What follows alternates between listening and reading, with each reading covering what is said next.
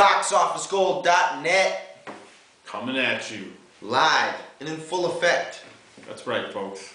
And this week, we're bringing you something different. Box Office Gold Productions is proud to bring you Hidden Gems. Hidden Gems. Kapow!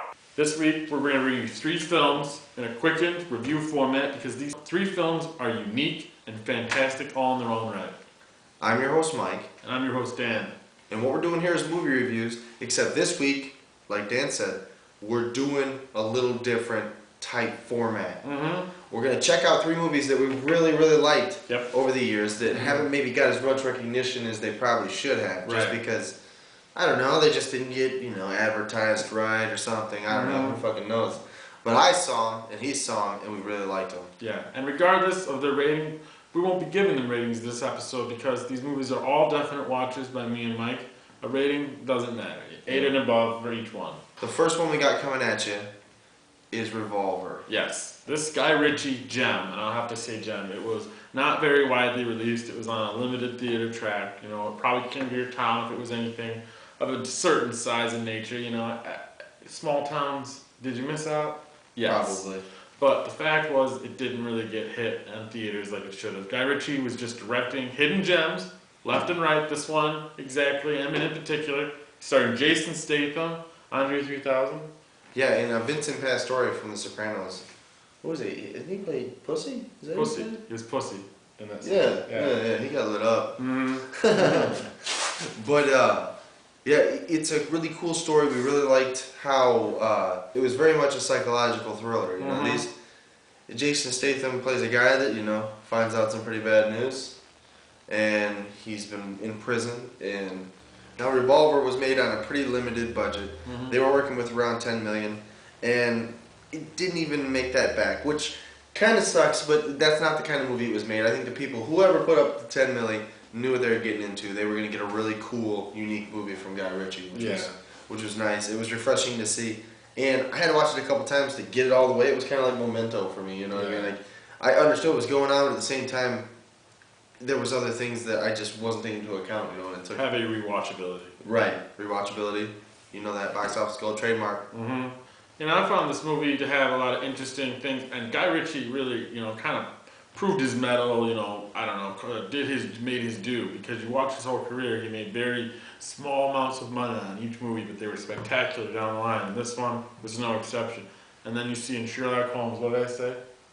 Explosion of money. $206 million. This guy is insane. He's making money. Next up on the list, we've got a movie that totally diverts from the psychological thriller Thrill Game. It's an action intense thrill game called District B13. These fucking French guys are jumping off the walls and through tiny little glass windows and all kinds of crazy shit. Cops are doing parkour. Criminals are doing parkour. These guys are kicking ass the whole movie. Super fun. A lot of fun, man. They fucking race cars, they shoot people, they jump off buildings. It literally was a movie that had it all. If you can stand the French side of it, it was dubbed with English, over with English. Subtitles, Well, it wasn't subtitles, it was just dubbed over, remember that? That's true. They did that. Really enjoyed it. That was Dan actually brought that movie to my attention, and I'm very glad he did. I've actually exposed several people to that movie, and I've watched it again, so. Yeah.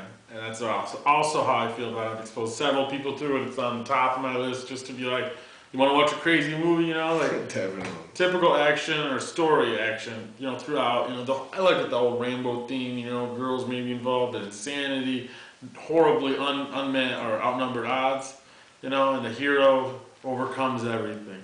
And he overcomes it, and it's not by might. There's no Schwarzeneggers in this movie. These guys are strong, but they're not huge. It's just fucking jumping around and flying through windows, like Mike said, and punching and kicking. It's just awesome movie.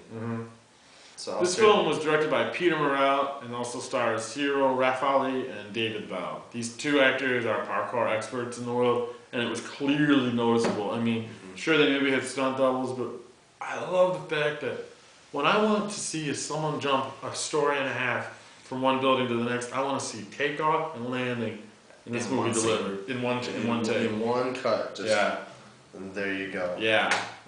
Crazy motherfucker.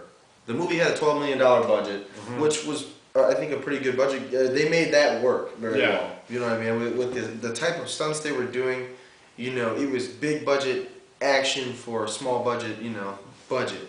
The movie still made about $24 million. So I mean, they did a lot of profiting there. I think, you know, it was definitely a worthwhile investment for them.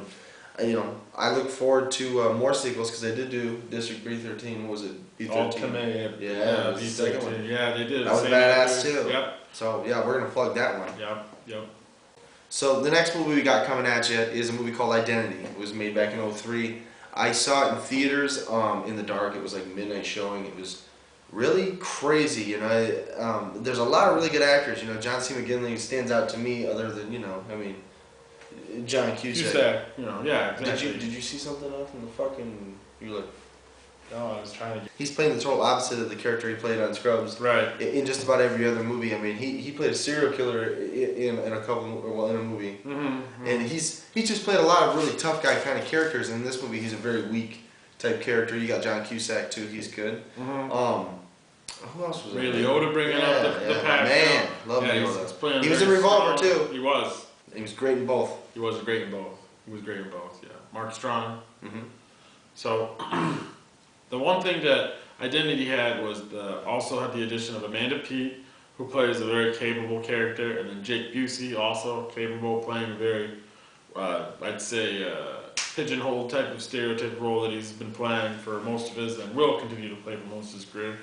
The movie was very interesting. Yeah, it was really cool. It was like, had that old horror movie feel. It was like a classic scary storytelling type thing. And you didn't really know entirely the whole big picture until the end of the movie, and it was kind of a shocker for me anyway. It was kind of like, whoa, I didn't see that coming all the way. I mean, I kind of had an idea, but not like that. It was I love movies like that, especially ones that are like new movies, but they give you that old classic horror movie feel. You don't know if it's like a ghost story or if there's a serial killer running around. You know, they're kind of like an ancient burial ground. But all the meanwhile, there's another kind of a plot going on. So it was crazy. And on that note, as to be the old type of scary movie, this is what we really call like this old dark house type of scary movie where all these different strangers meet into one location. And how they get there, they can't leave. That's the most important part, and it's such an element of suspension.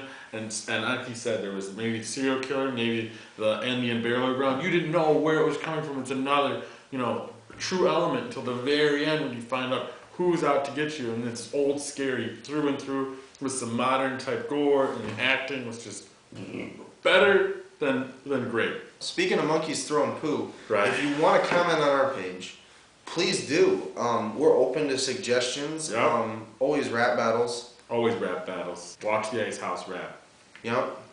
The Ice House rap will change your life. That's right. Or at least make you chuckle for 2 minutes and 38 seconds. We guarantee it. Yep. Also, check out our channel, youtube.com/BoxOfficeGold. That's right. We bring you reviews. We bring you honest opinions. And the truth. And we're trying to do this every week, so we're running out of ideas. We need some brainstorming. We need some help. So shoot us some emails. You know, boxofficegold.net@gmail.com, and we'll respond. We'll put on our show. We'll do something. We'll do it. Absolutely. We love you. Yeah. Check us out on funnyordie.com/boxofficegold. Also, we're gonna start posting some more videos on there. Hopefully, we get some more good responses. A little more funny stuff on there. Tune in to watch me shave my balls and glue it on Mike's face next week on Box Office Gold. Box Office Gold, I'm Mike. And I'm Dan. And we'll see you next time. Stay classy. You know I like to drink Ice House beer. I don't put it down, I drink it all night. Don't taste too good, but it gets you fucked up. I usually start the night with 1 or 2. I don't know what I'm gonna do, but then I progress to 3 or 4. You might